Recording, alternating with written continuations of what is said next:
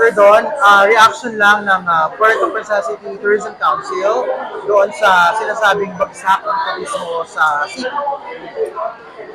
Um, Honestly, that's why we're working it out na makakuha tayo ng maraming mga mais events. It's because medyo ang tourist talaga, not just in Puerto Princesa, this is worldwide, medyo bumaba din naman talaga because of the etong mga gera and mga issues in other countries. So that's why here in Puerto Princesa, kung nararamdaman nyo, may mga conventions pa rin tayo at mga mais events, it's because this is our way of keeping the industry of the city. Opo, yung dinadaanan lang daw ang Puerto, ano po yung reaction mo?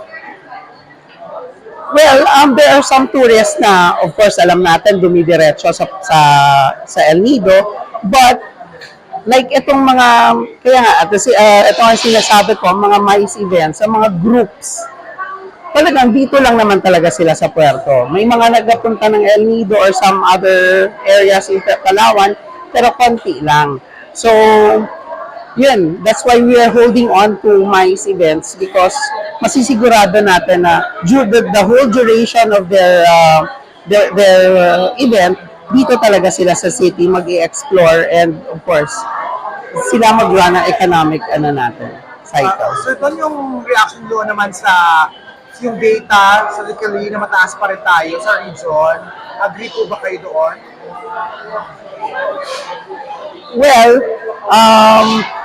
yun, masasabi natin, parang kung minsan mararamdaman natin na mataas ang data, pero saan sila? Hindi natin nakikita. Hindi natin, may iba nagsasabi hindi nararamdaman. No? Kasi what comprise of the data is etong mga, again, sa mga big groups.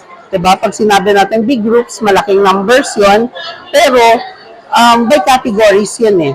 So there are some groups na medyo mga high-end to, sa mga malalaking properties mo sila mararamdaman. Ang mga maliliit na properties, of course, hindi nila mararamdaman.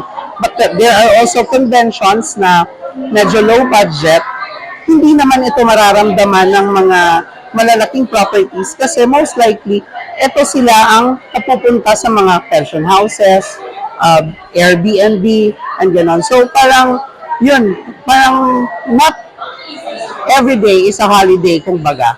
Or you're saying po na accurate yung data na pinipresent na City Tourism? Well, ang data naman ni City Tourism, I think, is coming from the numbers who are coming in sa city or ang nagadaan sa airport natin and nagadaan sa pier natin. But again, hindi natin sure kung sino ang nagsistay or sino ang pumupunta sa iba pang part of Palawan.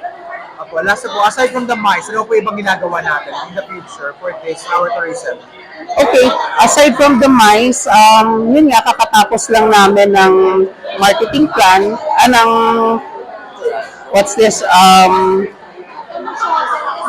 planning for the tourism natin, master plan, yes.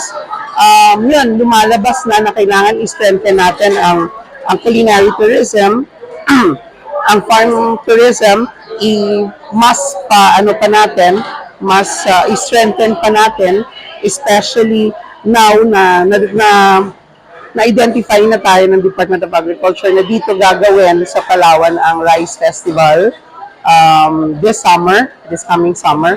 So we are considering every areas of tourism na kung pwede ma-capture pa natin para ma-sustain natin ang hype ng tourism natin. Thanks, Sir Don.